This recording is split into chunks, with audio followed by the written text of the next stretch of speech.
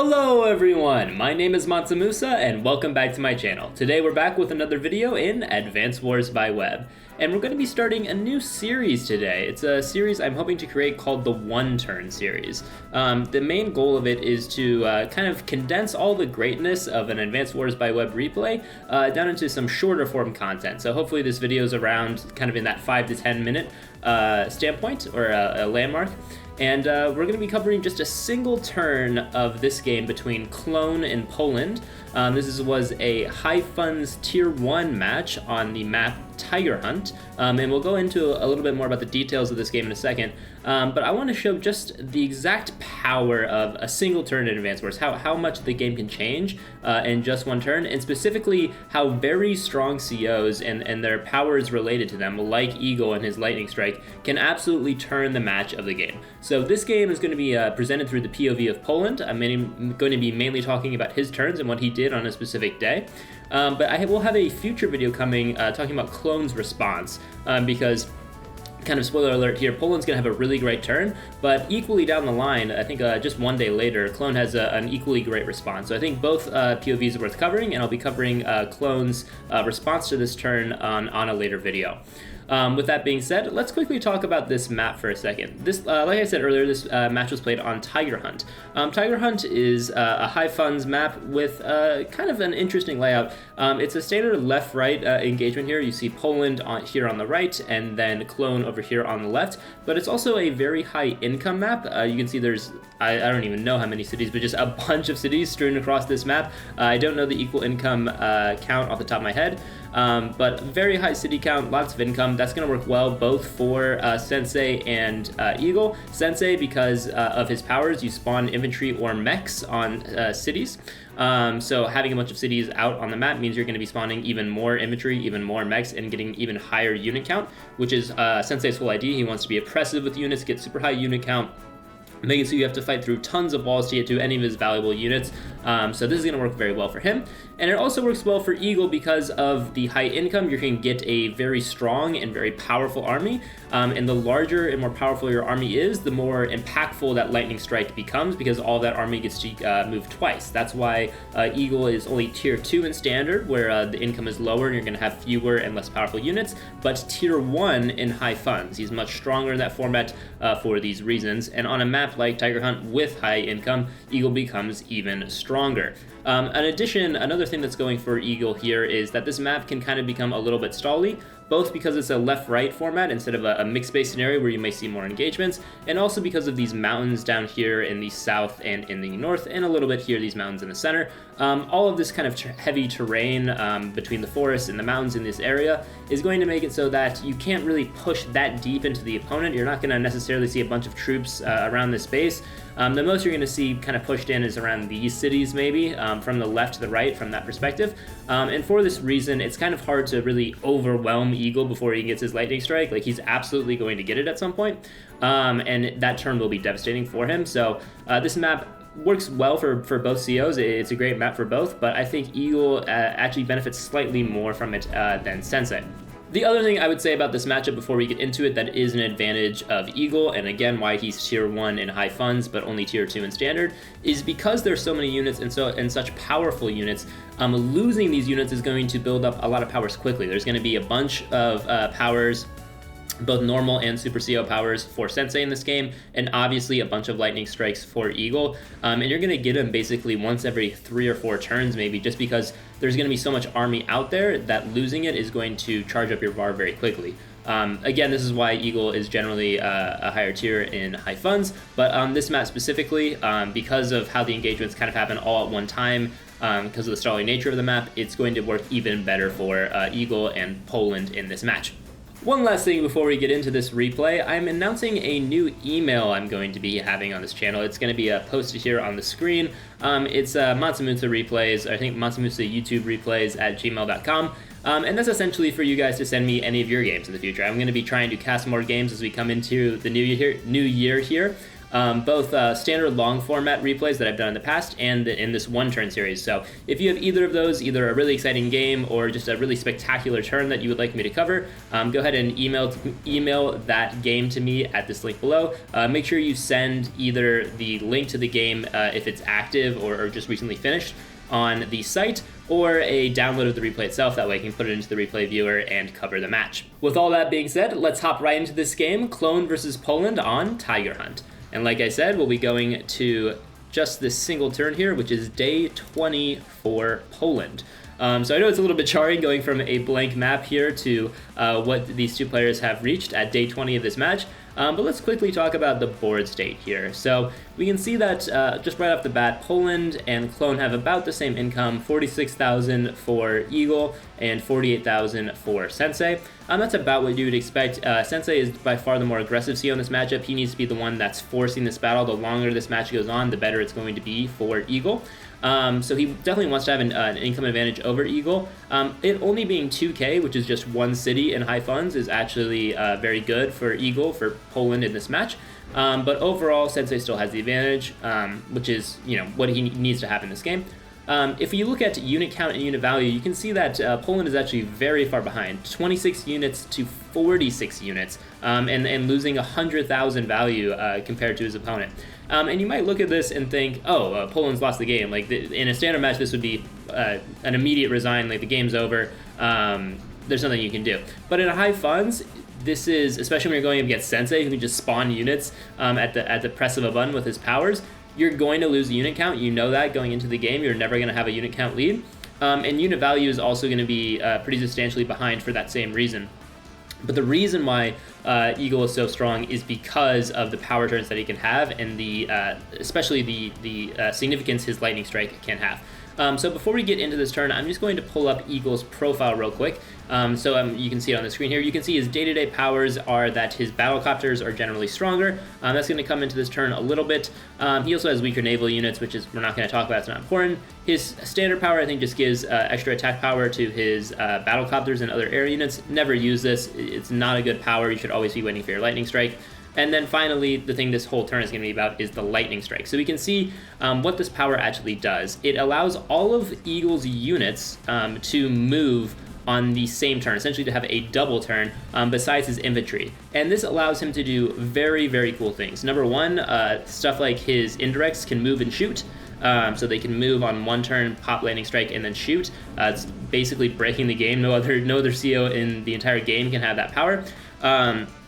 All of his normal units, like tanks and anti-airs, essentially have double movement range, right? Because they can move on one turn and then finish off where they want to go on the second turn. And number three, something that's maybe not talked about as much, is this allows Eagle to actually come back a little bit on unit count. Because what he can do is move all of his units, build vehicles, cheap vehicles like tanks, anti-air, this type of stuff in high funds on the first turn, pop Lightning Strike, move those units off the bases, and then build infantry on his second turn to allow him to essentially go from a 3-base map on one turn to having 6 bases, because he builds those 3 on the first turn, pops Lightning Strike, moves them off, and then builds infantry. So it allows him to come back a little bit on unit count in this match as well. With all that being said, let's quickly talk about Poland's unit composition as well before we get into this turn. There's only really a few things I want to talk about here for Poland before he tries to get his Lightning Strike on this turn. Number one is that if we look at his unit counts, he actually has 10 anti-air as compared to only 4 tanks. A normal tank, 2 Neo tanks, and a Mega tank. You might be looking at this unit composition and being like, that's insane, like that is so far out of the normal, especially for a standard match. But specifically when you're going up against Sensei, this actually makes a lot of sense. The main units that Sensei has that are dangerous are his battlecopters, which essentially are as powerful as normal people's bombers, and then all of his infantry and mechs that he can spawn. So what is the one unit that can effectively hard counter all of those things? An anti-air, right? So you really just want to have your tanks around to defend your anti-air and let the anti-airs themselves be the main threatening unit of your army. So having a 10-4 balance here would seem normally crazy, and it is a bit wild, but for going up against Sensei, it actually makes a lot of sense. With that being said, though, that was just kind of the last thing I want to talk about before we get into this turn. Let's go into day 20 here for Poland and see how he was able to first get his Lightning Strike and then use it to the most effective advantage in this match. So he goes ahead and wipes off the mech on the city here. Very important to always control income in this match. So he's going to be targeting this infantry here, the mech on this city, and then the infantry up here in the north. Those are going to be the main targets of this match, or of this turn. He brings in his mega tank, fully killing the neo tank on the plains here by clone. Again, mega tanks, if you haven't played much high funds, mega tanks are incredibly stronger. They're essentially like, as a medium tank is to a tank, a mega tank is to a neo tank. So it's just significantly stronger. It allows him to get the full kill here of that unit. He brings in his battlecopter, gets a very nice engagement. Again, just trying to build some charge. Clears the way, killing off these two infantry to get access to this mega tank, and I think he's actually going to sack his Neo in order to finish off the charge and make sure he gets Lightning Strike on this turn. So indeed he does do that, knocks off 3 HP, and then fully dies on the return damage. Almost kills this battlecopter here. I think this was maybe a luck roll, but again is just building some more charge. Opens a path here to interrupt the infantry on the city. Gets a few more nice engagements here, builds another mega tank. From this near base here. Manages to kill off the 1 HP mech, gets a few other kills here, and you see he has enough power now to pop his Lightning Strike. Clears off some more mechs with Eagle's very strong battlecopters and obviously his anti-air as well. Gets another nice engagement here, anti-air on anti-air here. This is essentially tank on tank violence, but in a Sensei and Eagle game. You're gonna see a lot more anti-airs. Builds the infantry as well. We're talking about this. He's saving 3k income into building infantry on the next turn, and then goes ahead and pops his Lightning Strike. So let's see what Po1and can do on this turn now. He moves his mega tank that he just built onto this city to kill off the tank one shot. Brings in his anti-air again to kill off some more mechs along with the battlecopters. This anti-air, which first weakened this 5 HP anti-air down to 5 HP, the 10 HP anti-air down to 5 HP is now fully killing it off. So this anti-air was able to go 10-10 to 8-5 and then to 8-0. So just the power of Lightning Strike again. Uses his other anti-airs to kill off this anti-air on the forest, and you can see what Po1and's actually doing here. Obviously, he has a lot of battlecopters as well because he is Eagle, and Eagle is also a good battlecopter commander. And if we see Clone's unit composition here, he only has 3 active anti-air up right now. This one right here, this one right here, and this one that he just built on the base. So he's targeting these 2 anti-air to make sure that Clone will not have essentially any response to his battlecopters, and making that this anti-air is really the only one that he has left on the board, and that is a really bad spot to be in for Clone. He already has a battlecopter built here on the airport, and he has a ton, I believe, what is this? 7 out total, so only having 1 anti-air to address 7 battlecopters is not nearly the ratio that you need. So very smart play here by Po1and to be targeting, hard targeting these anti-air on this turn. He moves out his Mega Tank, fully kills off the Mega Tank on the plains. Again, if the Mega Tanks are kind of the main units of this game. They're the main powerful units in high funds. So if you look at the composition, before this turn, I believe it was 1 Mega Tank for Po1and to 3 for Clone, and now it's back to more of an even balance of 2 for Po1and to 2 for Clone. He kills off the 1 HP anti-air, fully kills off in one shot the capturing infantry on the city. It's the power of Eagle on Lightning Strike. Tries to kill off this mech the first time, doesn't get it, then brings in the 1 HP battlecopter to finish off the job. Kills off some more mechs, some more infantry going down. Brings in his battlecopters, which essentially are like kind of mini bombers, not to the degree that they are for Sensei, but especially on power, his Eagle's battlecopters are very strong. Uses the Neo Tank to get almost a full kill there of the of the Neo Tank. Brings in some more battlecopters to target these mechs.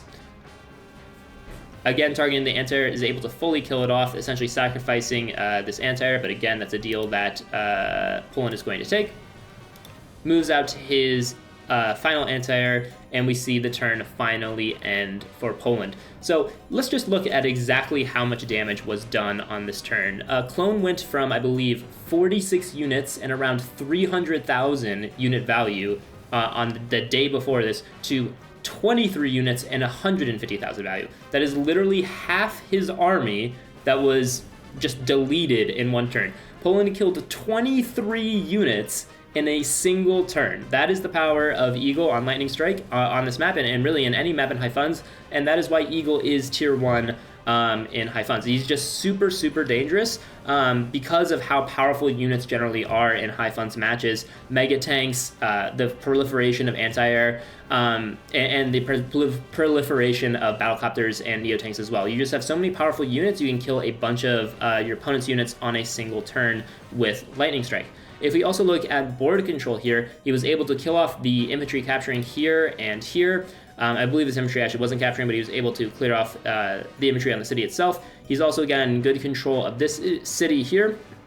And like I said earlier, managed to restrict Clone's anti-air to just this 3 HP one here on the forest, and then the full HP one back here on the city, but that's out of range of anything that can be useful on this turn.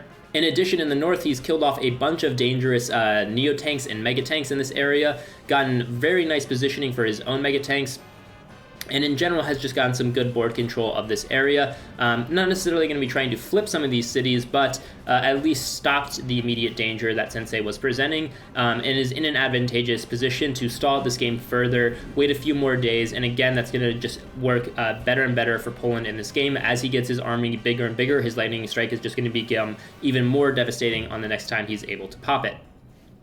That being said, Clone is still obviously very much in this game. He's only 6 units down with a full superpower that he is about to pop on his turn, and only 50,000 down. So this is about like normal funds and unit count matchup that you would see on a standard high funds game with maybe a tier 4 match, maybe like Adder versus Jess, something like that. But Sensei obviously has a very, very powerful turn incoming. All of these cities here that you see unoccupied, Sensei is about to spawn a mech in, and that is going to absolutely destroy Poland's anti-air and some of his other units in this area, and obviously give Clone a much more powerful unit count advantage on his next turn. So we will be covering how Clone responds to this very powerful turn by Poland in the next video. But until then, thank you so much for watching, everybody. My name is Mansamusa, and remember, in high funds, anti-air are your most valuable units. Bye, guys.